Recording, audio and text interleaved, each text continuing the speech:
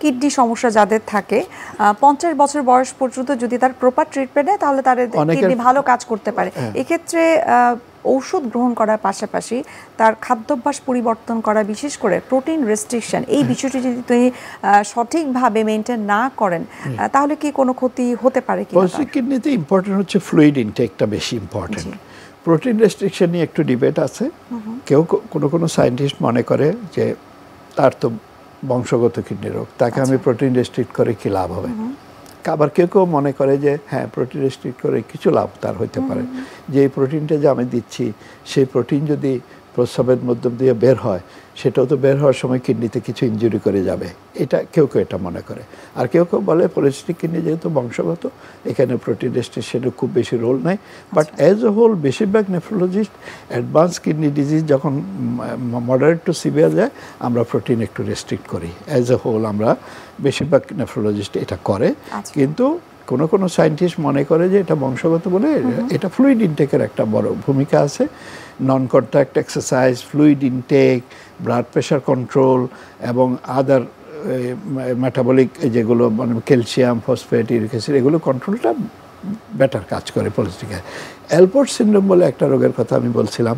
অ্যালপোর্ট সিনড্রোমে কিডনির বেসমেন্ট মেমব্রেনে একটা ডিফেক্ট থাকে, যার ফলে এই অ্যালপোর্ট সিনড্রোমের রোগীরা প্রস্রাব দিয়ে আরবিসি মানে হিমাচুরিয়া বলে আমরা রক্ত যায় এবং কিছু প্রোটিনও যায়, এবং একটা সময় খুব আর্লি স্টেজে তারা এন্ড স্টেজ কিডনি ফেলিওর হয়। অ্যালপোর্ট সিনড্রোমের আরেকটা হচ্ছে ইন্টারেস্টিং ইস্যু হচ্ছে অ্যালপোর্ট সিনড্রোমের পেশেন্টের অনেক সময়ের কিডনি ট্রান্সপ্লান্ট করার পরে যে এই ট্রান্সপ্লান্টের যে ভালো কিডনিটা সেটার বেসমেন্ট মেমব্রেনের এগেইনস্টে অ্যান্টিবডি ডেভেলপ করে সেটা রিজেকশন হয়ে যেতে পারে। একটু এগুলো কমপ্লিকেটেড বিষয়, আমি যাচ্ছি না, আমি সাদামাটাভাবে বলার চেষ্টা করতেছি। তবে বেশিরভাগ ক্ষেত্রে হয় না, তাদেরকে ট্রান্সপ্লান্ট করলে তারা ভালো থাকে, তাদেরকে ডায়ালিসিস আর্লি স্টেজে অনেক সময় ডায়ালিসিস। অধিকাংশ মানুষেরই কিন্তু ধারণা যে আফটার ট্রান্সপ্লান্ট সেই কিডনিটা তো সুস্থ কিডনির মতোই, সুতরাং ভবিষ্যতে হয়তো বা তাদের কোনো ধরনের সমস্যা নাও হতে পারে। হ্যাঁ, এটা একটা আমি বলবো কিছুটা ভুল ধারণা, কারণ আপনার প্রত্যেক জিনিসকে নারিশ করতে হয়।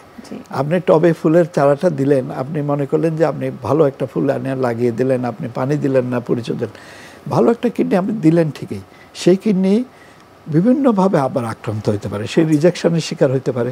অর্থাৎ তার শরীরে আপনি সে যে একটা বহিরাগত হিসেবে তার বডির যে প্রোটেক্টিভ মেকানিজম, বডির যে পাহারাদাররা তাকে বহিরাগত মনে করে তাকে রিজেকশন করে দিতে পারে। সেটার জন্য অফকোর্স আমরা অনেকগুলো ওষুধ দিয়ে রাখি। এছাড়াও ট্রান্সপ্লান্ট হওয়ার পরেও সচেতন থাকতে হবে, সচেতন থাকতে হয়। বিশেষ করে প্রথম 6 মাস খুবই ক্রিটিক্যাল সময়, প্রথম 1 বছর আরও ভালোভাবে থাকলে তারপরে কিছুটা সে